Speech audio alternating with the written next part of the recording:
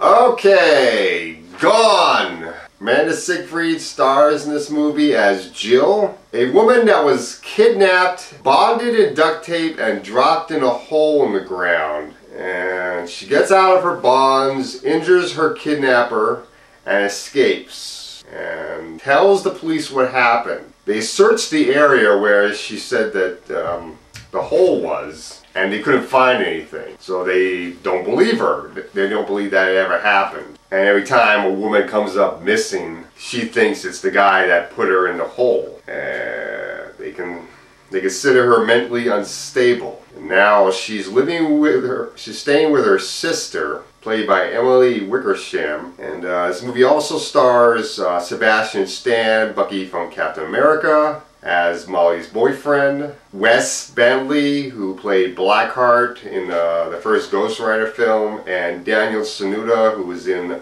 the One for Money movie. And Wes Bentley and Daniel Sanuda both play cops. Wes Bentley plays, I think it's like Detective Hood, or just, I mean, he's just called Hood by his last name, and Daniel Sanuda is called by his last name in this movie too, Powers. And I do find it funny that Daniel is casted as a cop again in this film. In the last movie he was casted as a cop too. Let's see, Wes Bentley is basically our eyes for this movie to some extent, in my opinion. What I mean by that is that everything is brand new to him, because he's new to this district of the force. So everything is told to him brand new. He doesn't know what's going on. He doesn't know what happened to Jill. So this is all brand new to him, as much as it's brand new to us, the audience. Now Jill goes to work in her sister's car, since her car was blocked by her sister's vehicle. And meanwhile, her sister stays home and studies for a final exam. When Jill comes home, her sister has disappeared.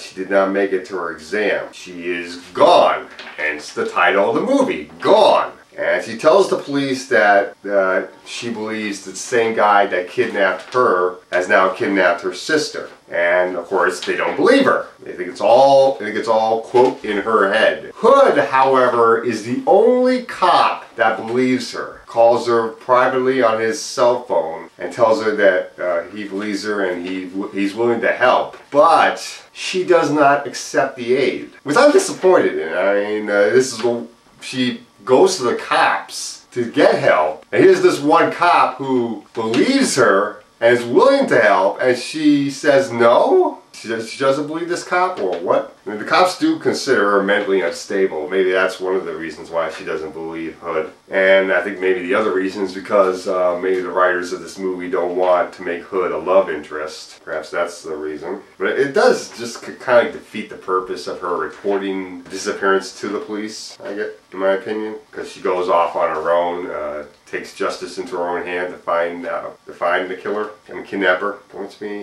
She has taken self-defense classes, and somehow she's actually been able to buy a gun. A woman that is considered mentally unstable is able to get around the background check to buy a gun. What? Okay, and the movie does show that she's a pretty good liar, I guess, so maybe that's how she's able to buy the gun. I don't know. Maybe she bought it under a false name or something, I don't know. They didn't ever really say how she got the gun. And yeah, so she does her own investigating to find out where her sister is. And she does pull out her gun once or twice in the that, and police do get called about that, and now consider her armed and dangerous. And despite the fact that, Amanda is not that good of an actress, this is surprisingly a good movie. I was surprised at how well I was actually caring about what was happening to her, caring about whether or not her sister was going to be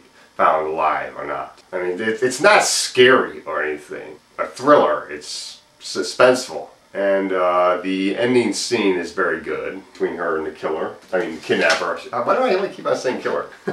Well, I should say killer, maybe because he has killed women in the past. So, because of how good this movie is, counting the flaws, I give this a 7.5 out of 10. Mainly because she didn't accept Hood's aid. If she accepted Hood's aid, maybe I would have given this an 8 out of 10. Even that would have amounted him to becoming a love interest, possibly. So, there's your review of Gone.